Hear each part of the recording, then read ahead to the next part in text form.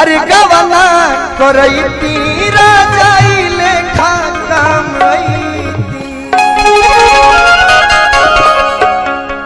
तमाम गीत हमरो तनी यूट्यूब पर सुनत रहो। अभी एगो गीत हम गौले बनी एल्बम में जौन कि हमार सौभाग्य बा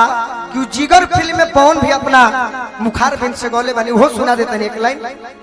कि ओठवा के ललिया अरे कनवा के बलिया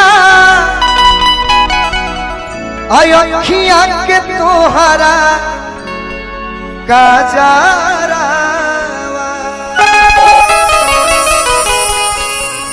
कि एहो धन पागल बनवले बानक के नथुनिया सिनवा के तोहरा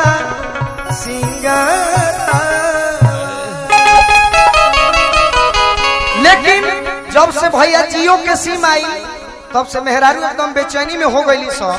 आ जौना मेहरारू के मरद बहरा रहे लगले तू अब फोन से कहत दारी सो कि भेज दो 4G के मोबाइल टटका लय राजा जी कि भेज दो 4G के मोबाइल टटका लय राजा जी कि मनवा करे बतियती तमन्ना करे बतियती वीडियो कॉल लय राजा जी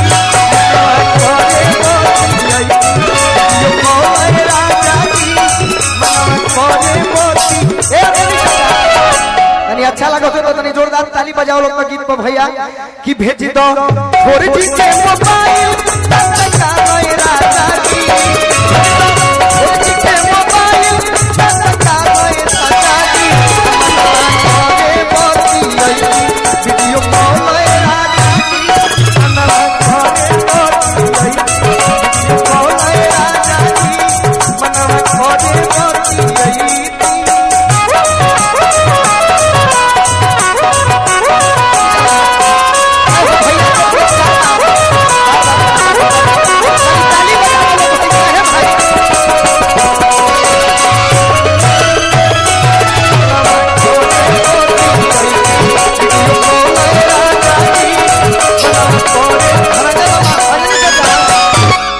अब एकरा के तनी में ही कट में तनी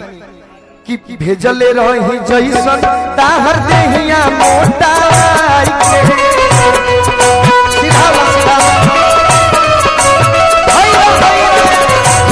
अंजलि चाचा हम कौआ यही में तनी सीधा होला कि भेजले रही जैसन ताहर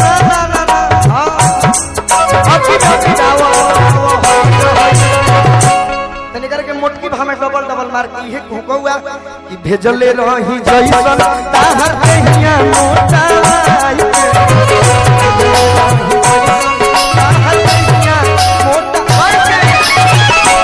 भेजले रही जैसन ताहर देहिया मोटवाई के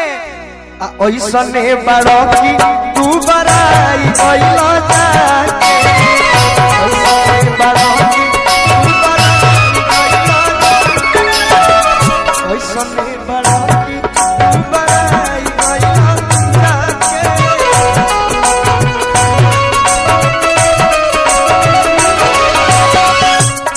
कहतरी कि देख कि फूलल बाकी पचकल बगाल राजा जी औरत कहतरी कि वीडियो कॉल में ही देखती कि देख कि फूलल बाकी पचकल बगाल राजा जी मनवा करे मोती करे बती वीडियो